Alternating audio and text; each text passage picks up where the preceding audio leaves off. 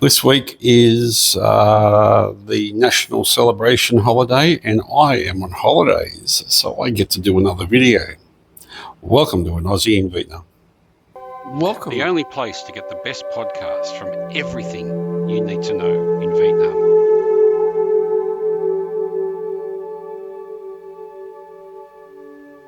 Ho Chi Minh City, Vũng Tàu, Đà Nẵng, Huế, Hà Nội. Welcome to an Aussie in Vietnam.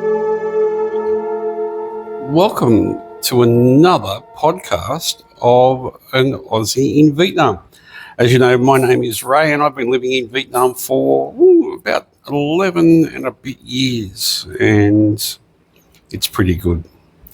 So today we're going to talk about the myth of why do foreigners marry Vietnamese people. Now, I'm not being gender specific. I will turn to some gender specificity, and because, of course, I've got to talk about my own experience and that of what I see with my mates. But what is not known is that marriage and relationships between Westerners and Vietnamese people in particular, I'm sure we can copy this for any Southeast Asian culture, but for Vietnamese people is there are no rules. There are women marrying Vietnamese men, and there are Vietnamese men marrying foreign men, and it's all happening. So today I will refer to my personal experience and that of my personal observations, but very clearly this is not a gender-specific issue. So let's start. One thing that really upsets me is this idea of mail order bride concept or idea when we talk about marrying, especially men marrying Vietnamese women. Now, let me dispel some myths with you. So firstly,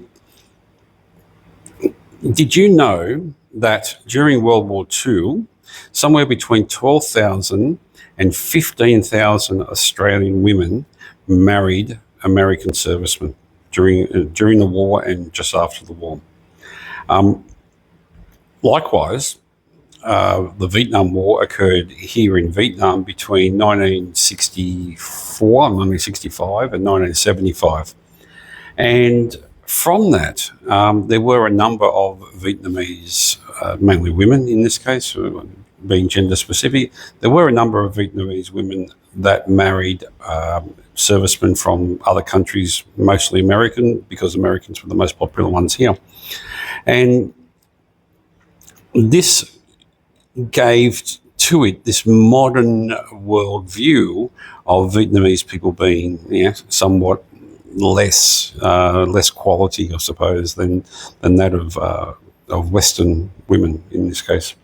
And let me tell you that it's not the case, because if you go back to World War II and you look at the amount of Australian women that married American ex-servicemen, it was immense, because there were two factors involved. One was there was a lot of death. There were a lot of people dying in World War II. And the American servicemen were there. And if they're there, things happen. And that is one of the traits of wartime. And so the Second World War happened, almost 100 years ago now. We're getting close to 100 years ago. But the Vietnam War was only 50 years ago. And so for the last, post-war Vietnam War era, we've always had this concept about, mail order bride, love you a long time. They'll do anything for a visa or a green card and that kind of stuff. And in the early days, that was the case. But what I've done recently is I've done some of my own anecdotal studies. I've asked a few people and I've got a few stories.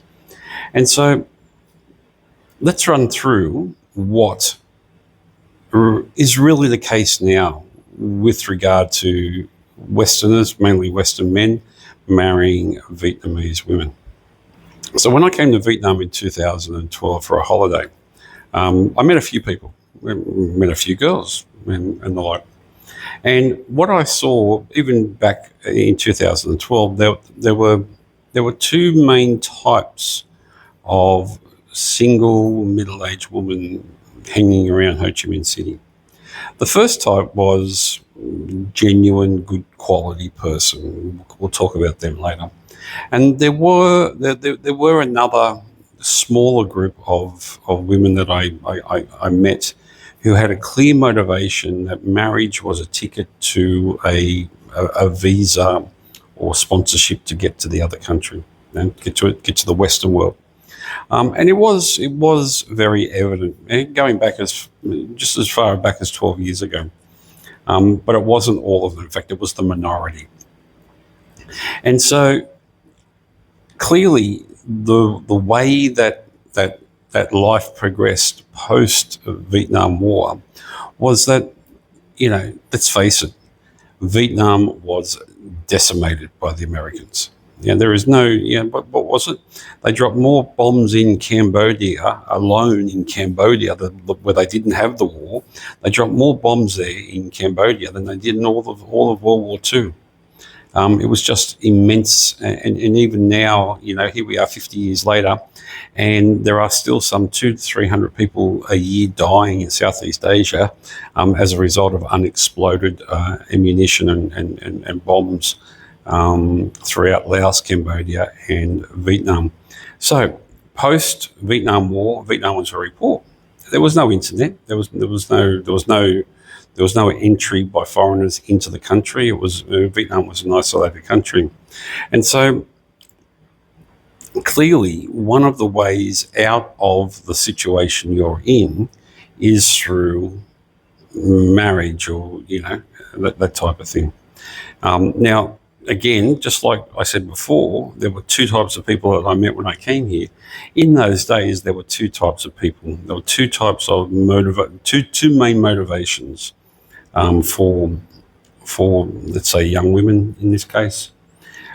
Motivation number one was genuine. They wanted to meet someone, they wanted to get married, they wanted to create a new life in a Western country, and get out of where they were, because it was pretty tough. Vietnam was a tough place in the late 70s and throughout the 80s. It was a really difficult place to live. People had nothing. There was no food. There was, people were eating rats and crickets and anything they could find. You would never see a bird flying around. Even when I came here in 2012, you would never see a bird flying around. Why? Because birds can be eaten. So they'd catch them and they'd eat them. There was nothing that was off limits because people had nothing. They were poor. And so it makes sense for them to want to, marry. But then when the internet came along, everything changed and the whole concept changed. So going back to what I was saying before, there was the genuine ones and there were the runners, I call them. The runners are the women that would get married, move to America or whatever, get all their paperwork done over the first, year or so, whatever it took. And as soon as all the paperwork was completed, they were off. They probably had a cousin or some kind of a relative that lived somewhere else in the country, and they were gone. They had no intention of staying married or anything like that. And look, it's happened. It even as far as 10 years ago, it happened to a fella I know. Mind you, he was a little bit dumb. He was like 75 years old, and he hooked up with this girl that was like about 23 or something. Got married, moved from Vietnam to Australia, and she was only there 6 months, and she packed up. I think they had a kid together, and so as soon as the paperwork come through, she got child support. Got a CSA, and she was off like a rat up a drain pipe, as they say. So it does happen, but what I'm here to say is that from my anecdotal evidence, that is yesterday's news. Again, I hate to generalise when I talk about a community and a culture, but when I listen to the stories of why people get married, and certainly why, let's be honest, why middle-aged men choose to get married for a second or third time, and they choose to get married in a foreign country like Vietnam, the anecdotal evidence would put you in a very different opinion. So, firstly, generally speaking, the stories that I hear are of chance meetings. They're not prearranged, or they're not through agencies or the like. They're chance meetings. If I can quote one story I heard, there was a young man. He was only young; he was only in his 20s, and he came to Vietnam for a holiday. He was on a gap year or something like that, or he just finished university and decided to have a year off and travel around Southeast Asia. And he had a bit of a medical problem, had to go to hospital, and walked into the hospital and met this girl, and they've now been married for 10 years, Another one, which they're all quite like the same. They meet by chance in a normal place, and it just happens. I was watching one earlier on the internet of an American chap. He didn't say how he met his wife, but he met her in Da Nang, and she couldn't even speak English at the time. But now, 5 years later, she speaks great English. He speaks great Vietnamese, and he's been now living in Da Nang for some 6 or 8 years. I think he said. So there are all these stories of all these beautiful stories of how it just happens, and this is what the modern day, the generalisation of the modern day relationship between Westerners and Vietnamese people. It just happens. There is no pre-arrangement. There is no ulterior motive. And I suppose you're going to ask the question of why? Why do, again, I'll be gender specific here. Why do middle-aged white men want to marry Vietnamese girls? Well, that's pretty easy. Firstly, there are some really, really bad people in this country. There are some really, really average people in this country. And there are some really, really amazing people in this country, both men and women.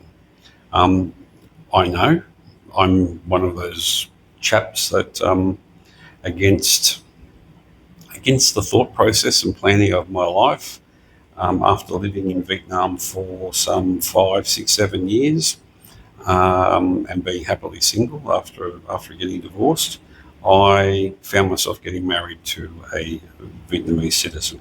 And can I say that it's been some, I think, 3.5 years now since I got married, and I know that it was the right thing to do, and I know that it was a very, very good choice. And I'm not going to explain my personal reasons why. Suffice to say that it was for all the right reasons, and I can see the value in making that choice over, basically trying to find some middle-aged Australian woman to marry, because it's very different culturally. It's very different. So, what is the difference in that culture? I suppose you're asking. For the good people of Vietnam, the extreme loyalty, friendliness, caring, and the simplistic nature of people. If I could use my wife as a good example of a typical average person, they know how to manage money. They respect all the little things. They appreciate the small things that life has to offer, and it places me in a position where I find it easier to trust, and life goes on, and especially for me, I struggle with a bit of mental health issues, which I'm working on. A video coming out soon, actually, about that. Not related to Vietnam, but it will be good. A podcast as well for you people on Spotify. And rather than being resistant to my problem, even though it's difficult to understand, there is a clear sympathy and support there through my bad times, my times of real bad need. And so I'm eternally appreciative of that support, to which I probably didn't get in previous lives back home in Australia. So the myth of the mail order bride, getting married for alternate reasons, or a really old man marrying a really young woman, age doesn't matter, mate. Age just does not matter. When I say age doesn't matter, it's about the compatibility and knowing that you've made the right choice. And the good thing about the Vietnamese culture is that they don't place all these community standards on an individual. So it's a choice thing, We don't understand why people make those choices, but we're not supposed to understand. They're choices of somebody else that they choose to make, and that's what I really appreciate about this culture. Personal choice is respected and valued, and that's really important. And that's one of the reasons why I'm okay with my position in life. I didn't come to Vietnam to get married, and in fact, quite the opposite. I came to Vietnam not to get married, and it just so happened that after living here for 5 years, the things rolled over, and I ended up making that decision. As I said earlier, it was the right decision, and it's how do I put it? When it's good, it's good. When you make a good decision in your life, life is good. And I know I made a good decision, as I can see with many, many of my friends. Mind you, I also have friends that are now divorced from Vietnamese women. I've got one particular friend who has recently separated, and I've got another one who has been divorced. On the divorce side, the divorce laws in Vietnam are very strange. Basically, it's just too difficult to understand. Basically, there's none of this bias towards the female in the relationship, and it makes for much more amicable divorces. And whilst there have been, I've seen many bad ones. You see them posted on Facebook and that, where things go really bad and spiteful. It happens everywhere, but there also have been some rather decent good ones. In particular, I do know one person who got divorced not too long ago, and it was literally a non-event. Paperwork done. Of course, there were no children involved, but paperwork was done. Everything was done. It's still very supportive, still very friendly, because they were two good people.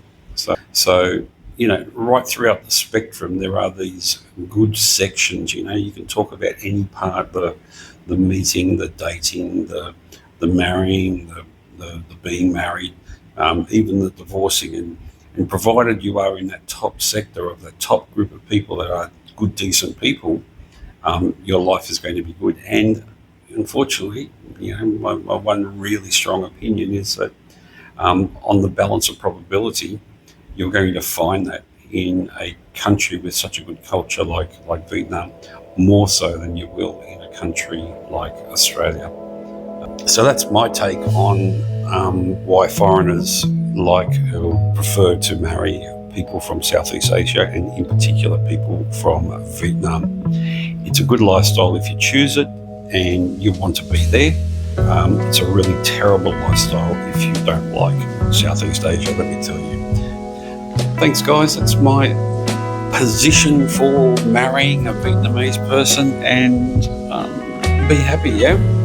See you again soon for another video, and if you've got any suggestions, please drop me a note. I love making these videos for people that are wanting to learn about Vietnam. So if you have a question about Vietnam, make sure you drop me a line, and we'll see you soon on an Aussie in Vietnam. See you guys. Bye.